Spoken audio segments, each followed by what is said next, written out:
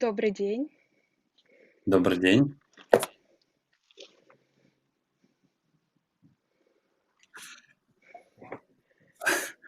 А где остальные? Где А мы все? видим остальных? Я не знаю. По идее, да.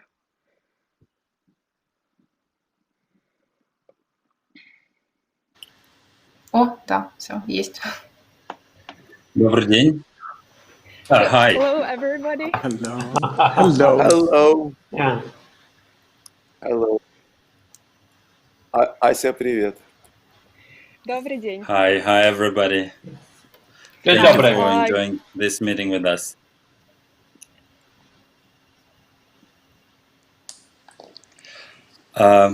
It's the first time I'm using this program. That's why I'm trying to understand who's speaking. This is a translator. Okay. Yes. Okay. Okay, should we start? Hi, everybody. Hi, our guests. And we are very happy to invite you to our first roundtable dedicated to the ethics. And we have 4 incredible guests today and specialists in their fields. And let us start from introducing each of them. I would start from Ari Versluis. Ari, am I pronounce your family name correctly? Absolutely. You're progressing. Okay, perfect. So Ari is a Dutch artist, photographer, professor at the Royal Academy Award, and also co-author of the project which calls Executus, together with Ellie Utenboek. And he's doing this project for more than 20 years. And it's not only images, but also a very successful book, which probably the most sellable photo book in Netherlands for sure, but maybe one of the most sellable in the world. And Ari also is a fashion photographer and very involved in communities with which he working. Asya, could you introduce the rest? Sure. The next is Tetiana Tsvilodub. Tsvilodub. Thank you very much. A psychoanalyst, art historian, and curator of educational and art projects. Maybe you can say something a bit more about yourself as well. Okay. I'm practicing Freudo-Lacanian psychoanalysis, and I'm a lecturer also in the School of Visual Communication in Kyiv. And my course is about semiology for the designers. And also I take part as a researcher, curator in interdisciplinary projects in Ukraine and in Georgia. And I'm very grateful for Bird in Flight for inviting me for this discussion. I hope it will be a nice conversation. And we will judge everyone, for example. Thank you. I wanted to add also at the time when we were presenting everybody that we were trying to organize this roundtable, inviting not only photographers, but as you see, people of different field like psychoanalysts, but also even if it's a photographer, they also have a speciality in some other fields related to photography, related to art, of course, but not only, because our goal, of course, is to go a little bit out of this inside photography world. Okay, our next guest is Igor Manko from Ukraine. And he's a photographer and the head curator of VASA online gallery project, which is an online platform dedicated not only for photographers, but also for different artists who are using photography medium to express themselves. And also, I would like to invite Roberto Muffoletto, who is also currently director of VASA project. So he's a colleague of Igor. Roberto, do you want to add something else for Igor? I can start. He's a nice guy. Yeah, he's a nice guy. Roberto, don't interrupt. Bedtime. Well, she asked me a question. She asked me a question. Okay. Okay. Hello, everyone. I'm Igor Manko in Kharkiv, which is the east of Ukraine. I'm a photographer and a curator. And as a curator, I do both physical exhibitions and virtual exhibitions on VASA project, and you can see my boss here. And for a living, I run a language school, and what I can say, it's a very hard time for language schools now with the quarantine and everything. So that's it, basically. Okay, thank you very much. And actually, we have a first question, which also will let our audience know you a little bit better. And we would like to start from the, since we're talking about ethics, and you're a specialist in different fields. So how ideas about ethics had changed during the last 10, 20 years? What shaped them dramatically? What changed and what shaped them? And if there is any dramatical changes, what are these changes, and why do you think it happened like this? Maybe we can start from Igor. Oh, that's the hardest, to be the first. Thank you. Thank you for... Don't worry, we'll help you in case. Thank you for your trust. Okay, if I can say about things as they are in Ukraine, I don't see much change, actually. You may, in Vienna or in the Netherlands, you may see more change, but here, I'm not sure every person is even aware that there are certain laws and certain rules.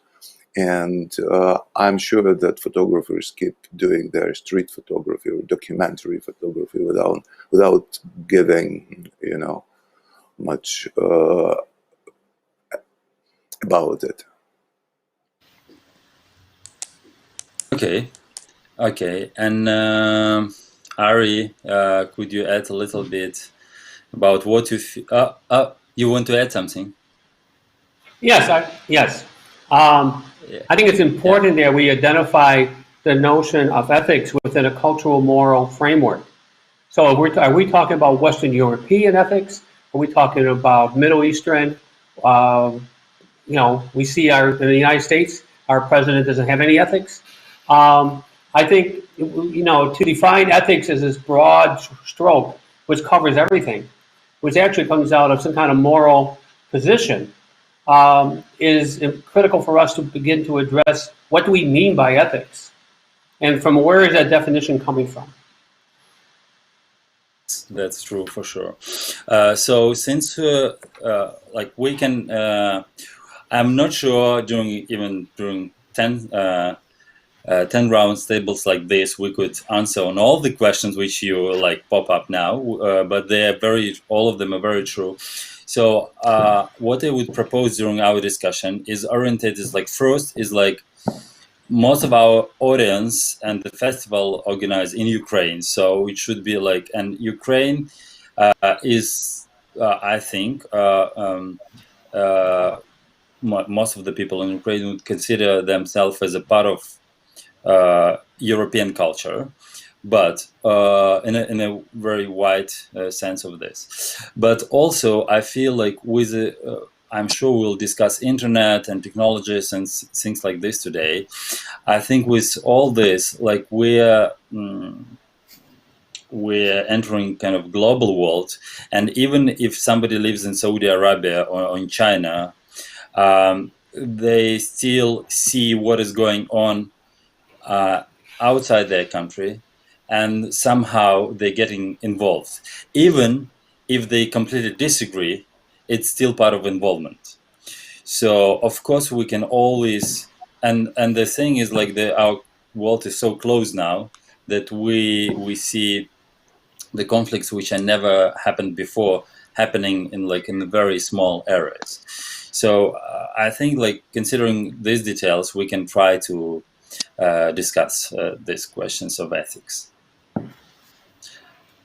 And Ari, maybe you can tell, like, and to be precise, to not generalize things. Maybe you can talk specifically about, I don't know, Netherlands, Germany, or at least Northern Europe, and so for our audience, it will be clear about what region we're talking about. Yeah. Well, I'm talking about the western part of Europe mainly, but also America, and I make it very practical. I have a career of almost 30 years of taking portraits of people, and I'm going to illustrate it with the change of how people go along with that. In the beginning, we just took a Polaroid from people in the analog years and then wrote a name on it, and that was about it. Later on, the quit claims came, and more later on, easy releases apps were coming up, combined with all the technical advantages and linking infos and extra photographs. So this illustrates how people become more and more aware of their rights, and you can't fool the participants in a sense. But the participants fool you nowadays. They have a sort of liquid identity, especially the youth, and they have various names, they have various profiles online. So even when the portrait have built their image rights and became more opinionated, in the meanwhile they'll sell their souls multiple times to the data miners and Google. So it's, you know, for me in practical, ethics changed as soon as the internet came up, which is already a long time ago, but it becomes a very big moment in time. Some of the practical information. Yeah, thank you. And Tetiana, I should speak English. Tetiana, maybe you can add something from the point of view, like, of a psychologist, and, like, is it any tension which you feel, which you know from your practice, based not only on personal people's, like, struggle, but from the point of view of the psychologist. Yeah, and if some ethical questions becoming their personal questions. Well, I can agree with Igor that it's. I also don't see much changes in Ukraine, but still, I can say and I can admit that online life, online culture make changes and point in new questions, and I think that the main change we could say it's the society changed the idea of consequentialism ethics to deontology. That means that as a member of this community, we are required to behave more ethically, but it's rather more important or equal important than the outcomes of our products, of our conduct, what we conduct. And I think it's the new line. And also it make more important to discuss ethical code more than just philosophical ethic as a meta ethic. So I don't like it really much because it's like very objectifying people, and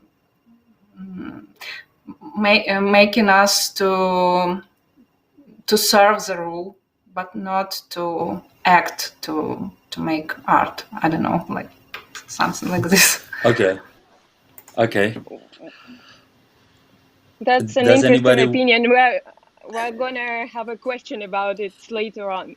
Okay. Yeah, Robert. But do you want to add something about like your field and America? Well, I haven't been there in 15 years.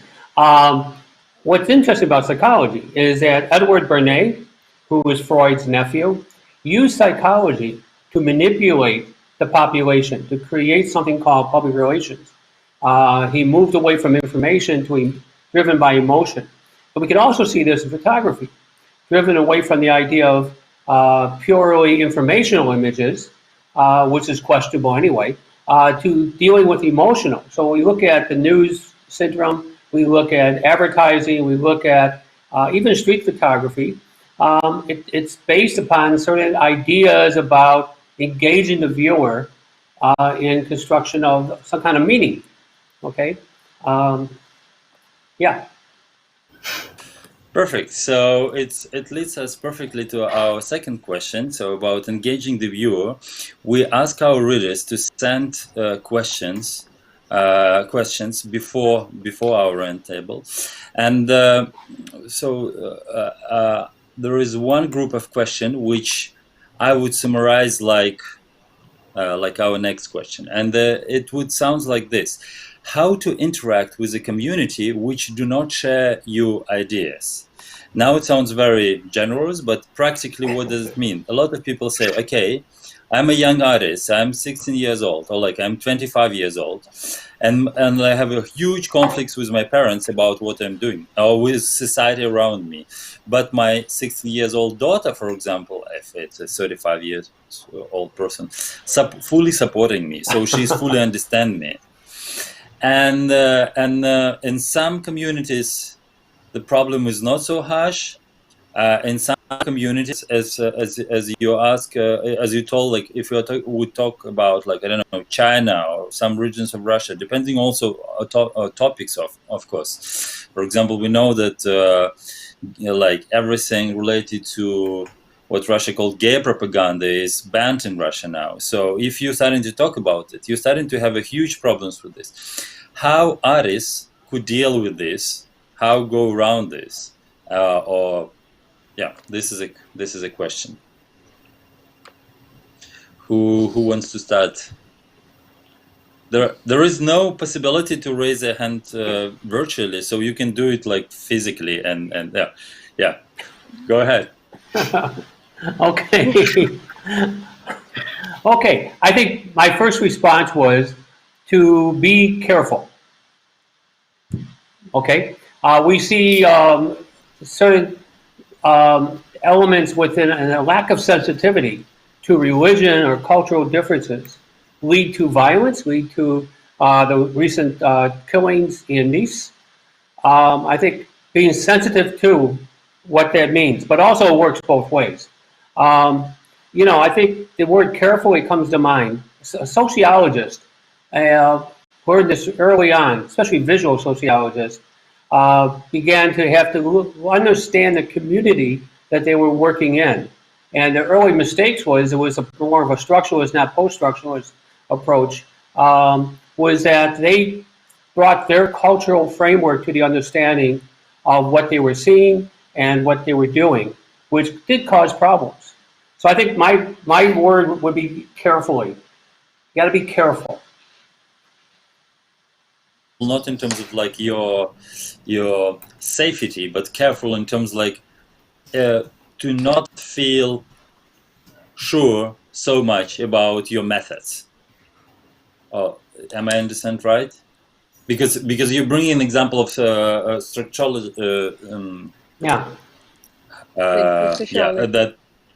like if we are going somewhere and we think that we are very confident in our methodology, we apply it to some society, and then we're realizing that this society like following completely different like patterns. So our actually methods are not applicable to this social group.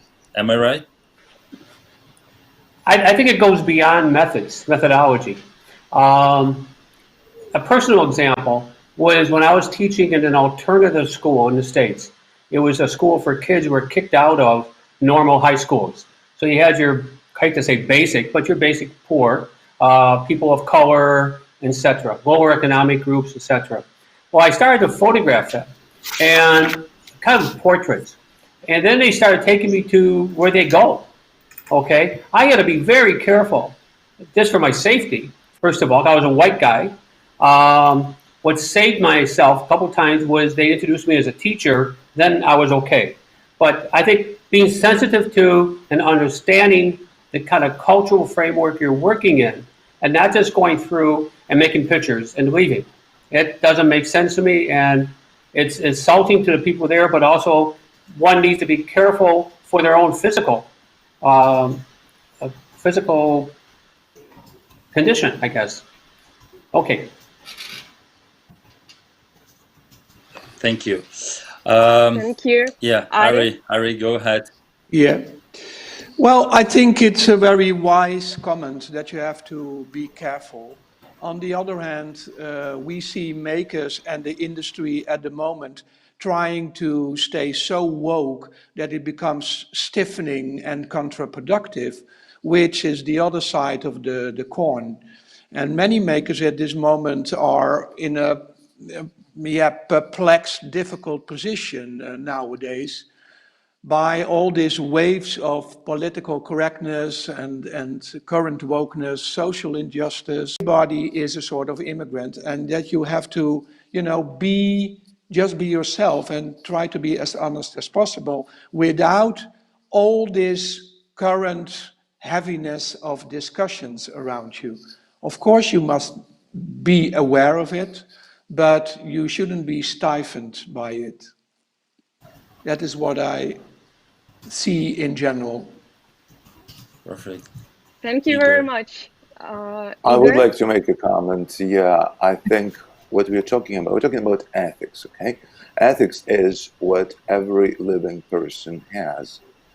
And if a photographer is ethical, that photographer will think of their pictures and think of how to avoid being unethical in their pictures. So the law basically is for those photographers who are not ethical and to protect the public from the unethical photographers, like those who, like the biggest issue today is probably little kids and the pictures of little kids. Okay.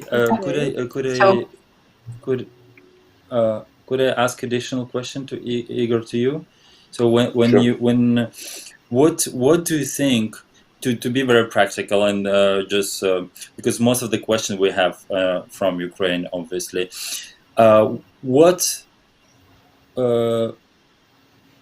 if somebody, some photographers do what we would call unethical pictures, what institution, what regulation, what rules, how society, how community can influence this?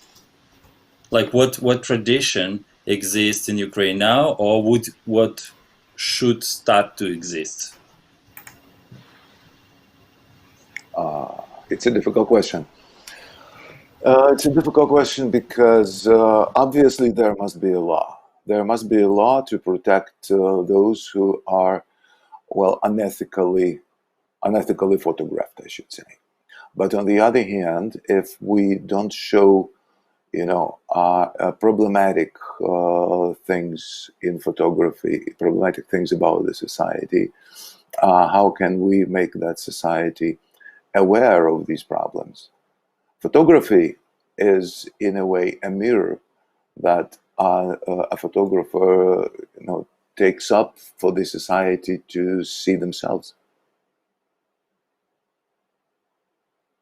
Thank you. Okay, maybe my last words. I can agree with all guests, and I can only add that maybe this question, I can assume that this question may arise from the fear of power, from power of a government. And here we can make a division between censorship and critics, and I think it's a main division, and we need to. I agree with Igor that we need to have a law, but still, when we talk about art. Art makes visible to us something that we do not notice, and if we will have a censorship in the country, and we've had it years ago, and we know that it's not okay, and we need to understand that the judgments may be very subjective about what we should talk about or not. And I think that the statement that the artist lives in their own time is a delusion. The artist is part of his culture and his environment, and it's a big risk to say something. I think I agree with Roberto when he's saying that you need to be careful. That's all. There is no protection. Okay. Thank you. Thank you very much. Roberto, yeah? Yeah, just briefly, we cannot assume that the artist, photographer is neutral. They come out of a historical time. They come out of a cultural time. So they are not neutral. Even holding the camera up, one makes decisions, a decisive moment idea or moment of decision as to what to photograph. So I think, I think we have to be aware of that as the first premise, is that the artist, the image maker, is not a neutral entity. Okay, thank you very much, Roberto. And I think this conversation leads us exactly to the question about the critics on photography from the institutional point of view. And the question sounds like how standards of ethics towards photography change in the minds of people, art, journalism, and advertising. For example, we have a lot of texts about critical point of view on photography, and usually critics they tend to be very, I wouldn't say harsh, but be very have their own strong opinion about photography. As a reference, for example, there is a text by Susie Linfield, A Little History of Photography Criticism, or Why Do Photography Critics Hate Photography, which sometimes for me seems like it's true. And also, as an example of it, I would like to add a case. For example, we have a friend of us, Dmitriy, and he's quite a talented photographer. And he's a really good photographer. I think for around 10 years,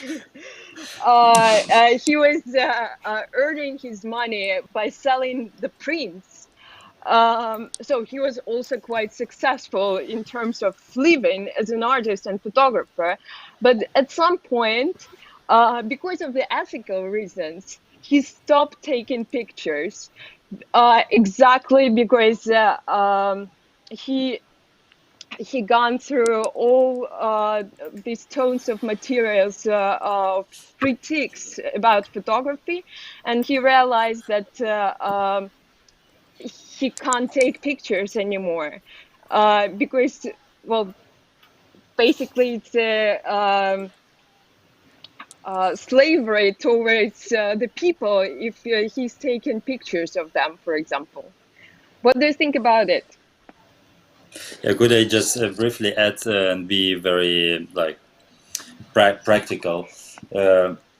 So actually, the text which Asya mentioned is it's the author goes through the history of most iconic essay about photography, and she's saying that the problem is when we see critics about sculptures, art, or some paintings or whatever, usually all the critics start from sculptures is amazing, but maybe this artist is not so good and this is great. But when we read the critics about photography, they mostly base on photography can do this, photography stolen, photography exploding, photography um, objectifying. And yes, we have a friend of us who was studying with us, and when he was starting to read all these texts and discussing them, he actually stopped photographing and got to depression, like a real one, not a joke. He officially confirmed. So how to deal with all this?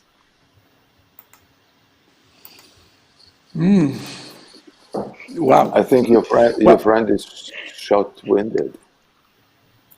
And how to protect, as a photographer, how to protect yourself from this kind of text, but also to be very much involved into the industry. Yeah. Well, it's a deep, a lot of questions here. And it hints a little bit on the stifling element of the wokeness at this moment. I am totally in favor of, getting away of your innocence, and especially your white innocence, for instance. But said that, what I notice is that all of this theory, in a sense, is Anglo-Saxon based. And it might be a minor thing, but it is an important thing in my mind, because I think, for instance, Europe should, make their own discussion about what ethics are, and how to deal with all the current issues that are, dominating our industry, our field of practice. Which means, for instance, when you talk about blackness in America or people of color, that is a different thing than over here in the western part of Europe, of London, of the Netherlands, or more of this region. Urging for a more European answer, what it is to be, for instance, a people of color in a European setting. And then suddenly you have to read more French, listen to the Belgians, listen to the Germans, and suddenly new theories come up. And I think that is rather interesting when you think about it. So, yeah, I think the artist should be, first of all, free to make what he wants. And sometimes that means that he needs to be a little bit uncareful. Thank you, Ari. Thank you. Thank you. So the first one, Yeah, Igor. Igor. Sorry. If I can comment, I can't agree more. Philosophically speaking, there's ethics and there's aesthetics, and artists, they're experts on aesthetics, not on ethics. Yes, they should have, because we are all human beings, we should have ethical points, ethical rules, but the artist is the person who knows more about aesthetics and how aesthetics can, well, influence the ethics, I could say. So it is important that they leave us alone, because we're experts with aesthetics, and they do not intrude with their ethical laws into the field of art where they may not be experts. Okay, thank you very much. Tetiana? I just Yes, want continue. to Yes. mention that for first question, we all agree that you need to be careful, and now we are talking about that we don't, we do not need to be careful, and this is ethics when you don't have one answer, and it's hard. For me, I'm not a photographer, so I hear depression. I hear that something made this person change his mind, change his profession, and my question will be here: why? Because of the critics, or because it is a desire not to do something, not to take pictures, and then we will discuss after the answer, because it's two different points. And also I can agree that when we ask from the photographer to be very ethically moral, well, behavior, it's hard and it's strange. It means like we does photography an extension of reality? Yes, if we agree that reality is constructed as a myth or a dream, but not like real reality, you know. Can we say that the photography is objective and so on? I think that too many questions arise from the start of from the appearance of photography as an art. Thank you. Okay, thank you. Yeah, Roberta, I think he was the first. Roberto. I beat you, Igor. As a critic of photography, please. Okay, picking up on what Igor was saying about the freedom of the artist to create, I agree with him to a point that you can create what you want, but when you put it into a public sphere, when you put it into a gallery or on the streets, you then take responsibility for what you're saying, what you're showing. And I think that's where it becomes critical for the critic, or anybody becomes a critic, to begin to analyze the work within a very in-depth cultural analysis. So I think, the artists can create what they want. I don't care, right? But as soon as they put it on the walls of a gallery, they put it into a book, they put it on art in public spaces or whatever, on a T-shirt, they need to become responsible for what they're saying. In the same way, in the States, we have something called free right to speech, free speech, right? But you have to be responsible for what you say. You just can't say anything. So that's my thinking. I mean, there's a lot of questions floating around right now, a lot of aesthetics, etc. Okay. I have a question for you, Igor? Roberta. Sorry. So Go me ahead. first? Go ahead. Okay. Just a little one. Okay, let Tetiana ask the question from Roberta, finish with this, and then Igor, you will answer. Is it okay? Perfect. What is the end of responsibility? Where we can put the frames of responsibility of the author? How do you think? If I understand your comment, let's take a look at feminist. Okay, we've all, in a sense, become feminists. We're concerned about equality, equal treatment, fair treatment to women and to everybody else, right? In a sense that I think I'm getting off your question, but basically, we bring to an art experience, whether it's a sculpture or whether it's a photograph, that critique from a certain perspective. So if it's a feminist perspective, if it's a classical, conservative, religious perspective, we bring that to it. So I think that's where it becomes interesting to analyze the reader, right? If you get into reader response and reception of meaning, construction of meaning, that's where it becomes interesting, is to unpack or deconstruct the work itself with a certain perspective. And yeah, photography is not neutral at all. I mean, it's very subjective. Yes, Ari? Well, No, just one Igor was small. first. No, Igor, Oh, sorry, sorry. Igor was first, and then Ari. Yeah. Yeah.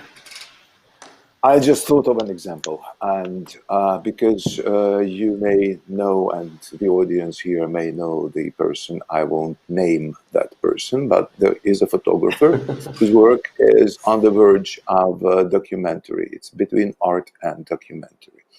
Anyways, he approaches his subjects in a documentary way, but his images are a work of art.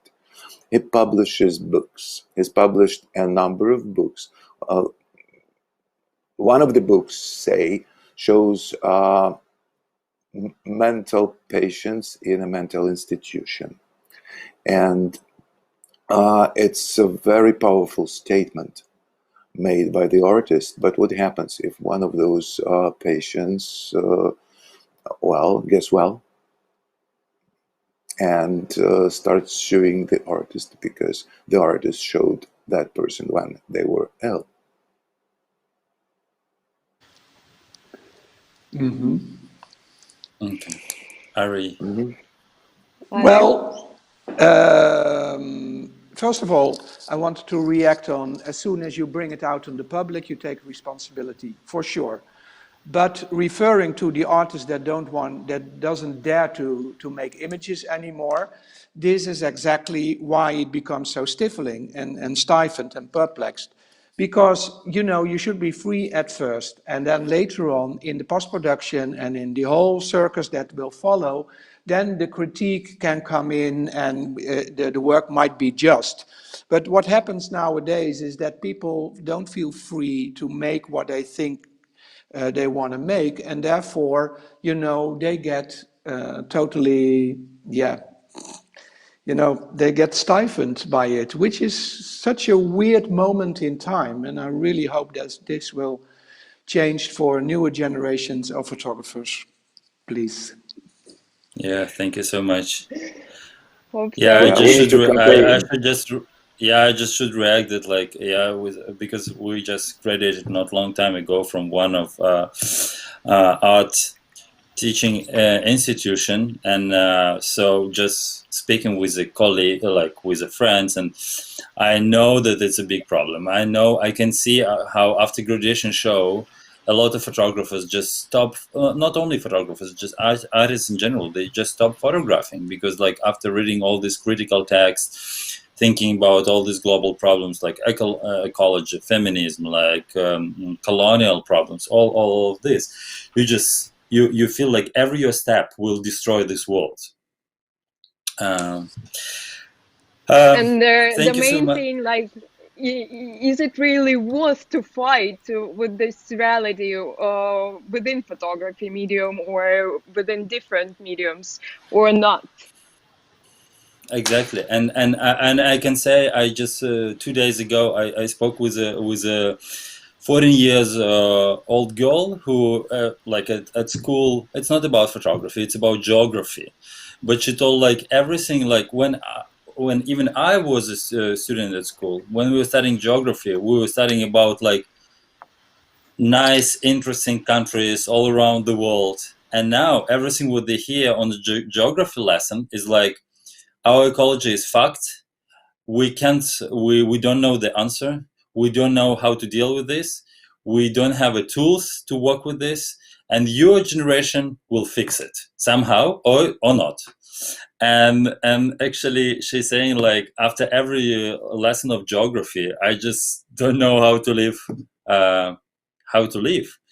And I think not in that extreme, but in art students, they feel the same.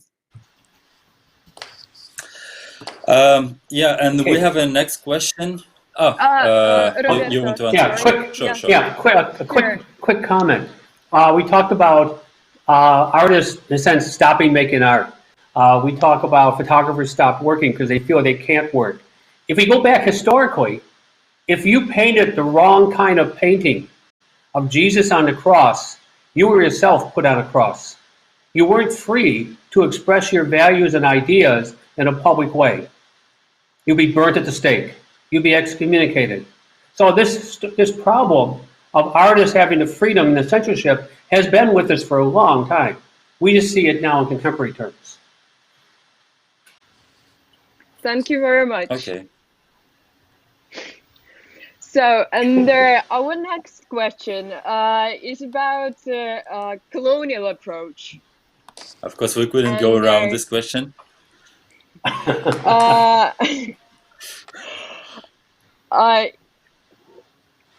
Is it a stranger allowed to photograph natives, for example?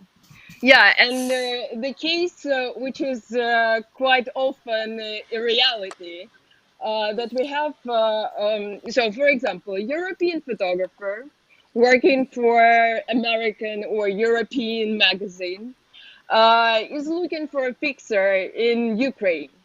So, for example, the story is about Chernobyl. So he found a Ukrainian photographer who was already working on this topic. So both photographers are very skilled and very professional.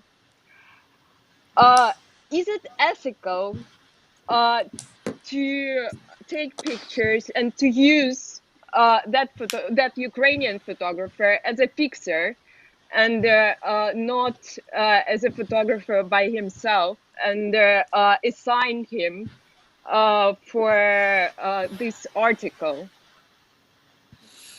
Actually, the conflict is like there are some local specialists in the topic, let's say in Ukraine, who able and get enough knowledge and skills to go and do it by themselves.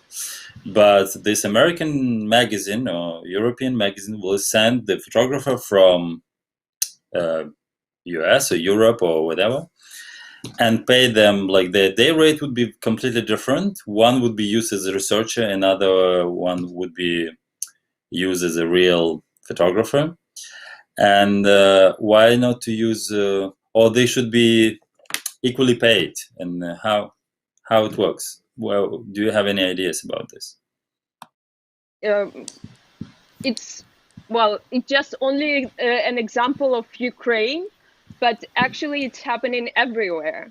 Of course, I saw the same situation in Sierra Leone and like in Poland and in Uzbekistan. I've been also in the position of photographer who sent by head office, but we just decided we took one of the example like connected with about Ukraine. Yeah. Mm-hmm. Yeah. Ari? Yeah? Yeah, I think it's the same as the discussion of getting a more diverse staff in our academies.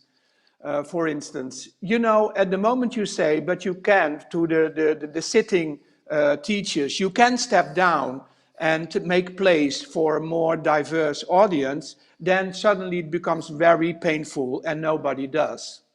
And this is exactly with this example of the photographer.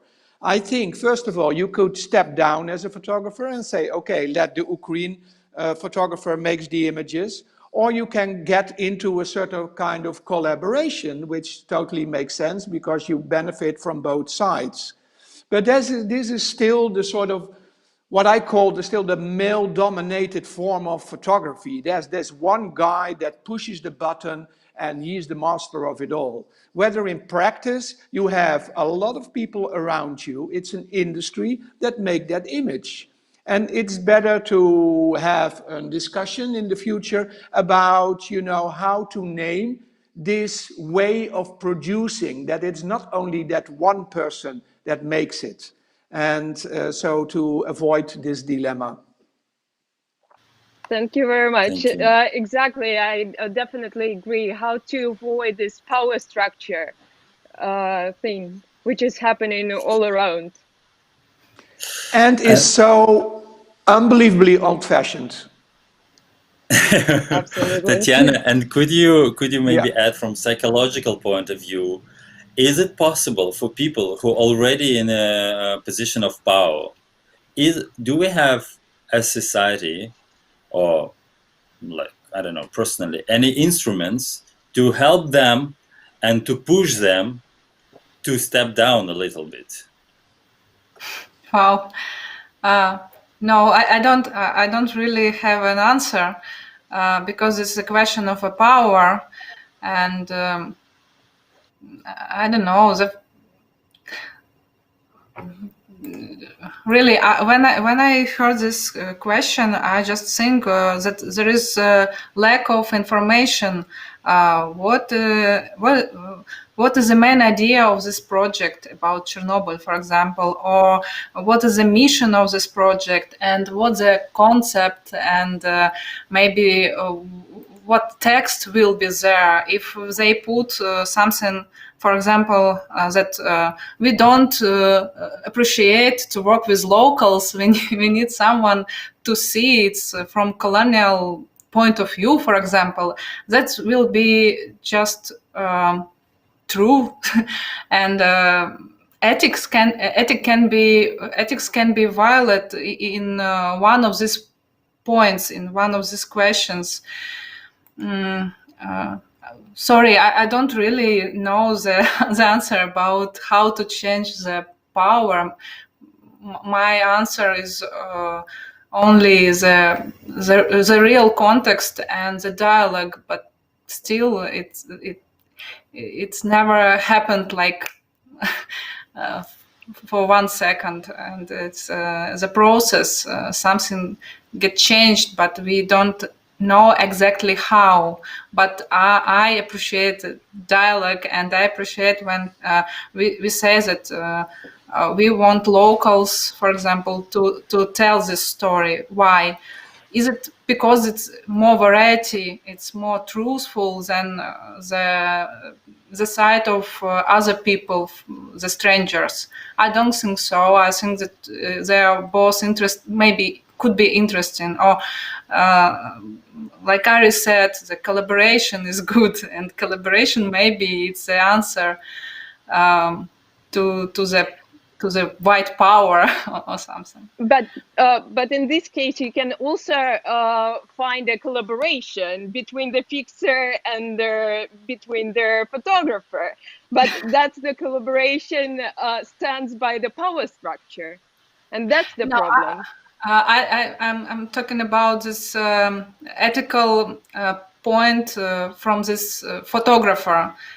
If he feels that it's not okay to be the only one who will translate the idea, the image of Chernobyl, then he can make a collaboration. Maybe I don't know. He could try it. He could try to do it, for example. Okay, thank you very much, Roberto. Sure. Yeah, very very briefly about power. Sure. Quoting Game of Thrones. Power is power. Okay, I mean, if you remember, if those who watch the series understand that. The other thing is, it's about the leadership deciding about fair equity treatment of its employees. Because actually, when a photographer enters into an agreement with a publication, they're an employee in a sense. So I think, you know, this becomes a labor issue more so than an aesthetic issue or even a sociological issue. It's about labor. And is that person who's an informant or cooperating photographer in the Ukraine, are they seen as part of an equal player within the situation? And that goes back to the leadership and the dispensement of funds, as well as the photographer they sent out saying, no, we have to pay this person more money. They're putting themselves at risk, or we have their expertise. So power is power. And how do we change notions of power? Okay. Oh my God, you turned at the same time. Everything is so tasty. Igor. First of all, I wanted to say that to a great extent, it's the ethics of the employer. Let me give you an example from my professional business field. I am an employer of English teachers. I employ local English teachers and I employ teachers, native speaker teachers from the UK, from the States, elsewhere, and I pay them equally, the same rates. So it's just the ethics of someone who employs people from different worlds. But having said that, I know it's not realistic to expect the same rates for photographers paid here in Ukraine and paid in the West. And I've known a case when a photographer, by the way, from the Netherlands, came here and he looked for fixtures because he wanted to photograph lots of things around Ukraine. And I haven't heard of any problem with people who were suffering because they were not paid as much as this Netherlands photographer was paid. Okay, thank you very much. Ari, you wanted to... Ari, you wanted to say well, a very small comment, bringing it the ethics in a nutshell from my point of view as a maker, is that you have to give first in order to receive. That's the bottom line of everything. And when you don't give, you can't receive. So that is impractical where it's all about for me. Thank you very much. Guys, we during this conversation we're receiving questions from our audience, which would love to ask you, but also before this, we need to say that all this talk was organized together by Birds and Flight, together with Creative Europe, and in collaboration. If we're talking about collaboration, and we are thankful for this. And not about a structure. So we have a question from Brazil. I will read it. I'm a photographer, image researcher. I'm from Brazil, and here we live a lot of police brutality as a result of an unresolved military dictatorship. I would like to know how I can register this and other violence without compromising the dignity of the victims, preserving their identities.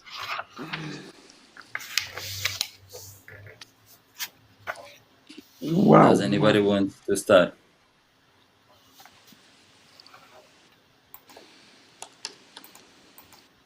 I think they have pretty harsh laws in Brazil about taking photos of pictures, if I'm not mistaken. They have, yeah. Who wants to answer? Can you repeat the main question? How what? I would like to know how I can register this and other violence without compromising the dignity of the victims, preserving their identities. Actually, how to photograph, how to show something without let the people on your images be identified. If I'm, this is like, because for me it sounds like a very practical question. Most of our questions are very practical, and if I understand it correct. No, it's not about technique, but it's like how you can show something without showing something, but also like talk something about without talking about this. Invisible photography. Do it. I think the guy should find a Brazilian lawyer and consult him first of all, because we cannot be lawyers for Brazil. But what I see from what, if I understand his question correctly, is like he can't actually. There is no trust to the law. There is no trust to any power institution which will help. Will give some help to the people who he photographed. He wants to talk about their problems, but as soon as he make them visible, he put them in a risk. If he will not photograph them, so this even problem will not pop up. So I think this is a dilemma he has. Yeah, Igor. Go ahead. I think we've been there. We've heard that, and we've been in those circumstances in the Soviet times. And photographers who wanted to make true pictures had to really work underground, had to take pictures secretly, had to only exhibit their pictures privately. We've been there. If it's a totalitarian rule, I'm not saying that Brazil is a totalitarian state, but maybe they have this totalitarian legislation about showing things that the only way is to go underground. Thank you. I think it sounds like a very good Answer. Very yeah. practical. Yeah. I mean, this is what. Roberto and then Ari. Okay, real short. How does Google Maps protect identity? They blur the faces. And I think that's an option. If the person is concerned about showing people in their photographs or films in a non-compromising way, they can blur the faces. Okay. And we can much. extend it a little bit. What you're saying is like blurry the face. It's just one of the artistic methods to hide identity. So he can look for his personal artistic methods, how to literally hide faces, but still show the situation. Yeah. Yes. Ari and then Tetiana. Okay. Ari? Yeah, this is one of the possibilities indeed, but to bring in the notion of more of a stage documentary, which means that he can bring in some fictional elements. So the documentary element can be more questionable. That is a possibility, of course. Blurring faces is already one trick of the box to bring in a more staged element, or a more fictional element. But to play around with realness is probably a very good tool. You can intervene in the situation to make it more artistic in a sense and therefore less vulnerable. Okay. Thank you very much, Ari. Tetiana, you wanted to add something? Yes, just to add a small point. If this question about the true picture, like Igor said, the documentary picture, not like if we can make a division, and so the answer will be exactly technique, like blurring, for example, or doing something technically to show and not to show. But maybe the main question is what is the purpose of this photographer, what he exactly wants to do. If it can be an art, and I think that art always work with something invisible to make it visible and show something that you can't show. So it's always about emptiness. That's all. So. Okay, thank you very much. And our next question, the author of this question is asking, what about and how to legalize the street art? Because he thinks that it's very important also for the artists and as well for the producers and curators who wants to find the real talent.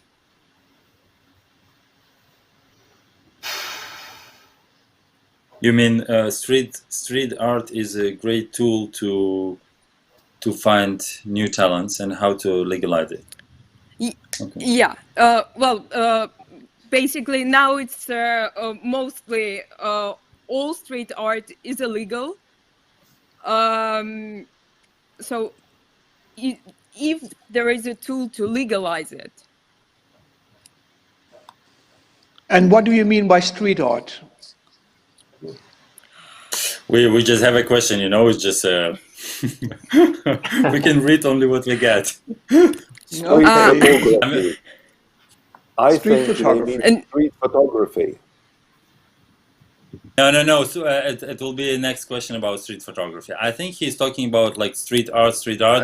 Probably let's talk about like when we put images on the wall or graffiti on the wall or like site-specific installations outside, but like illegal ones. Land art maybe. Yeah, sculptures, whatever. Graffiti art must be banned, and graffiti artists must be punished because they are vandals. Brutal answer. Okay, do we have any other variants?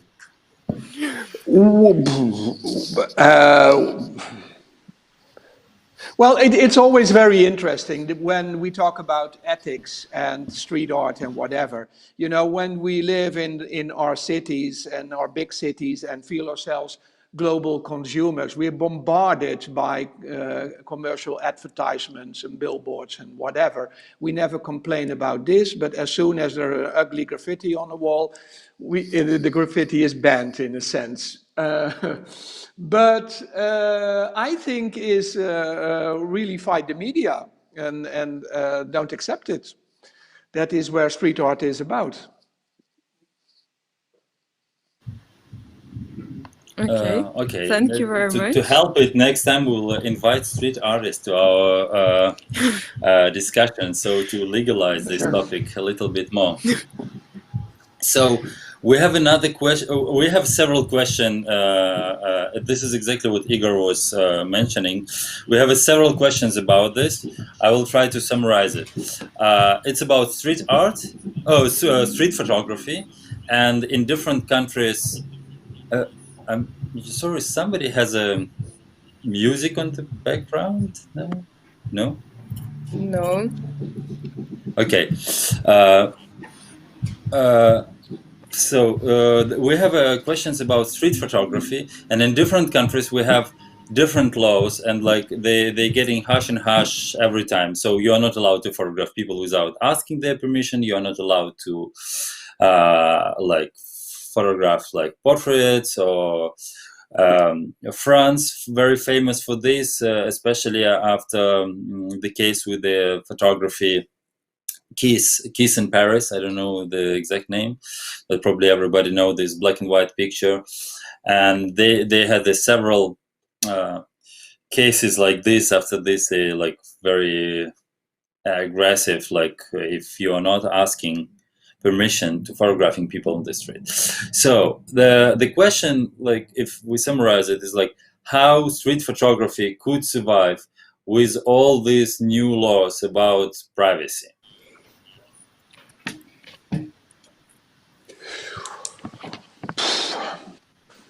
Yeah, Ari.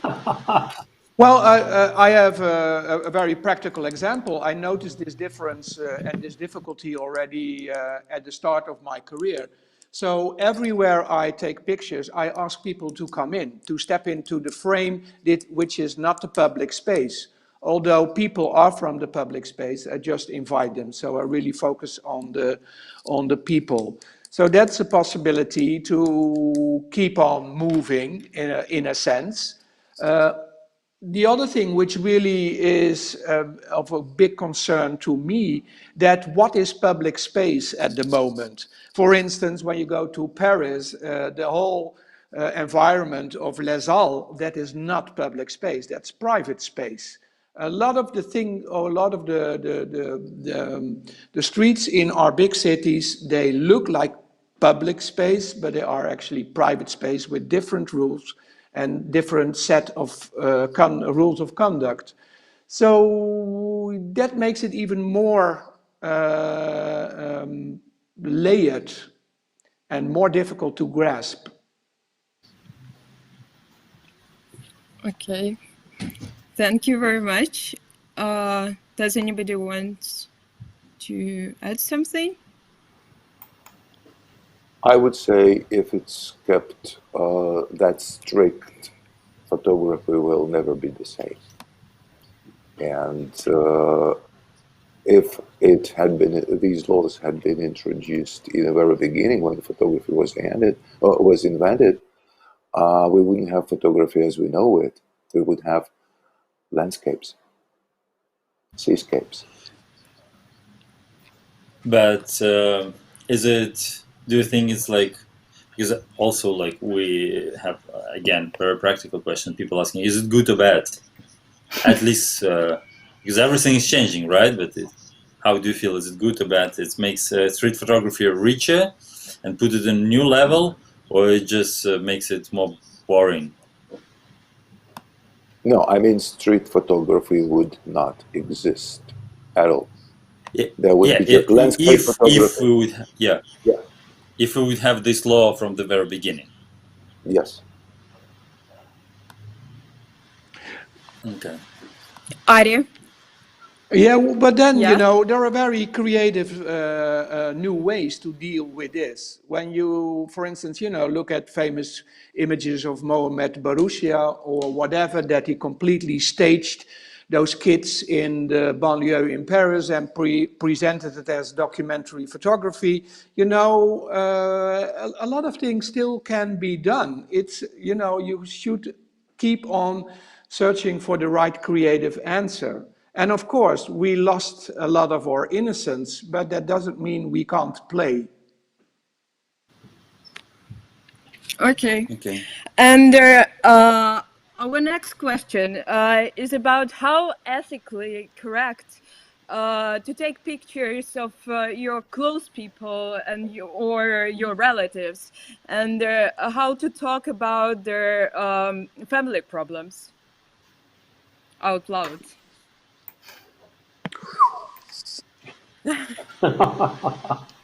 Especially because I remember Igor mentioned kids, and we all remember this problems, no, not problems, all this discussion with photographers like Saliman, for example, when her kids grew up and told 10 years after, you know, Mom, we didn't want to be photographed. Yeah. Yeah, a man in Russia was recently sentenced. Repeat, please. A man in Russia was recently sentenced for taking pictures of his adopted daughter. Oh, yes, yeah, it was the case. Unfortunately. Ari, yeah? Yeah, but also what is family? You know, when you think about the extended family and Ryan McGinley's family or whatever, or Andy Warhol's factory or whatever, people know, especially when it's very linked to fashion and the fashionable world, that they will be exploited and they will be okay with it. And when not, then a fight will start, and that's all part of the dynamics. Again, you shouldn't be that much afraid of it. A lot of people know that they are in the game. Of course, when you think about kids, that's a whole complete different storyline. And then you have to take more in consideration that they can't choose for themselves, of course. But again, it's a bit of that part of being, you know, not innocent, but also not be stifled by it. Some problems will arise. But then, you know, in all my years of taking thousands and thousands of images, we never had anyone complaining about it. And that is the way that you have to take the aftercare of the portrait very seriously. You have to keep on talking, you have to keep them in the loop, you have to explain constantly what the different context will be when the images are shown or published or whatever. And it's an ongoing project, a portrait. Again, to be practical, could you expand a little bit the answer? How exactly you do it? For example, you photograph somebody, and then what you do? Well, first you try to get a serious encounter, which means that you invite them to the studio, you talk with them, you get them into your, most of the time, into your project. When they don't like it, you don't take the picture. When they do like it and they want to be a participant, you start taking the picture. They can come back to the studio or the place where you temporarily have your studio. They can talk about it. They bring friends or relatives. You shoot also this part of their extended or real family. Then, of course, there is a moment of the rights and the quit claim. That is a serious thing. So they know that they give the right that you can work with the images within the framework of the art project or the commissioned work. And that is a serious thing. You really talk about it with the participant, that they know what they are signing for. That is part of the reality nowadays. And I even do it when I take pictures in the street. I just run after them and say, hey, listen, I took a picture of you, can I have your contact or whatever, or I show them the picture. But that's the way I like to work. Okay. Thank you. Thank you very much. We have another question of... Oh, yeah, of course. Yeah, Tetiana. It's a tough question for me because it starts with how, and I think the answer on this question is always useful because everyone do it by different ways. Of course, we have a law about children's, but the problems with grown-up children are inevitable. It is necessary to discuss all the day, or every day. It's like everyday work for photographer to invent some new ways of photographing. I think so. So Okay. just again to be precise, for example, you're photographing your kids, and what you're saying is like it's your everyday job to speak with them, to be sure that they understand what you're doing, to be honest, to be transparent, and as soon as you will have the different reaction, you respond to this reaction. Well, yes, but they maybe will argue that they were young and they didn't know and they cannot decide yet. Okay, so yeah. Again we are falling into this topic about the power structure. Yeah, that's true. We have a question from Ukraine, and I don't fully understand it. What is the question? But I think Igor, you could clarify it. So it sounds like this: how, as a photographer, I can prove my my copyright? I don't see where is a question here exactly, but maybe Igor, you could, if there is any problems with the copyright in Ukraine, since we get this question from Ukraine, maybe Igor, you can tell a little bit more about this and what problems, ethical questions about copyrights in Ukraine you see. If I understand the question correctly, I think there's no problem with copyrights because all the legislation is here. And the moment you take a picture, it's yours. It's legally yours. And if someone violates your right for your picture, you can sue that person. Okay. And how the situation in Ukraine, for example, with the, do you know some cases where photographers won? You mean when their rights, their copyright was violated? When they got stolen, for example. Yes, I mean their pictures. Yes. I've heard of the cases like that because it happens normally when some internet media gets somebody's picture without their consent or without even showing the name of the artist, without paying for using their picture. Yeah, that's happened. But as I said, as far as I know, I'm not a lawyer, But as far as I know, there is good legislation that protects the artist. Okay. Thank you. We have one more question, one more question, which is actually was several questions on this topic, and so I will try to make it Combine. one. The idea is like people asking, I'm an artist, I want to be an artist, but I don't care at all about all these feminism problem, ecological problems, globalization problem, migrants problems. And like, I just don't believe in them, and I think this is a bullshit. I'm not an artist anymore? Can I be an artist in nowadays without all these global problems?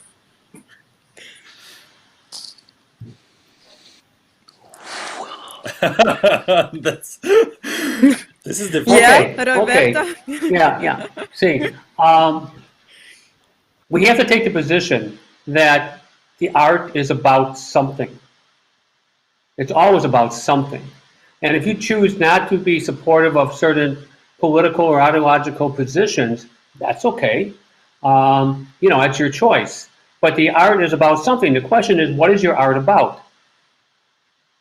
Right? That's for me the question. When I review or critique work, that's the question. What is this about?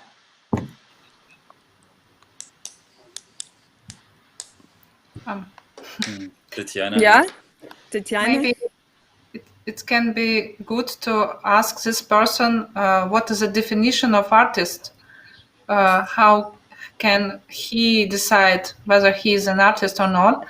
It's the first question. And the another idea is if he can speak about this problematic for him with help of artist, make it visible, this problem. So maybe he can. Yeah, Igor? I just wanted to say what Tetiana said, that you are an artist when you think you are an artist. That's it. You don't need any other proof that you're an artist, just your opinion that I'm an artist. But if you think that to be an artist means to exhibit your work in the galleries, to sell your work to museums, just learn what the galleries want, what the galleries expect, and what the museums collect.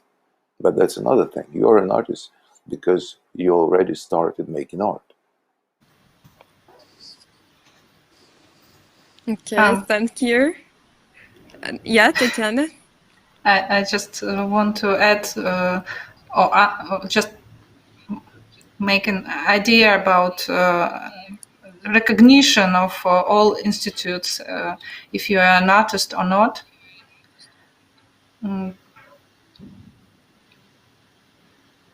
That's the idea. Okay. Yeah. Guys, we have only 1 minute left. So we would like to say thank you, everybody. But before this, I also would love to add that this roundtable is the beginning of a program around Birth and Flight Prize, which we'll have during more than a week. And tomorrow we'll have an artist talk by Ari. Actually, 2 weeks. And yeah, it will be during 2 weeks. We have artistic talks and one more round table. But Ari's artist talk would be not 2 weeks. Yeah. Ari talks will be tomorrow, and you can find all information on the Birth and Flight Prize website. And yeah, so Ari would talk, I'm sure, about his experience, his methods, but also since I heard his artist talk several times, and I love them. He will talk about fashion and how fashion interrelated with different social groups, which is super interesting. And I personally hope that one day we'll see a book with what Ari say on lectures in his book published, because actually you can't find it anywhere. The only way to hear about this is just go to his lecture. Yeah. Thank you very much, everybody. We're gonna and we're gonna have many other very interesting lectures as well. It's gonna run till the 20th or the 12th of November, and also our parallel program, the collaboration between the Birds and Flight Prize and the French Institute is going to be on the 2nd of November and on the 9th of November. Join our lectures, and thank you very much for our roundtable. Yeah, and again, this Thank is you. organized with Birds and Flights and Creative Europe. Thank you so much. Thank you. Thank you, Roberta. Thank you, Igor. Thank you, Ari. Thank you, Tetiana and Nastya. Thank you. And all the Thank Birds you and for Flight inviting team. us. Thank you. Thank you. Bye. Thank you very much. Bye-bye. Bye. Bye. Ciao. Bye. Ciao. Bye.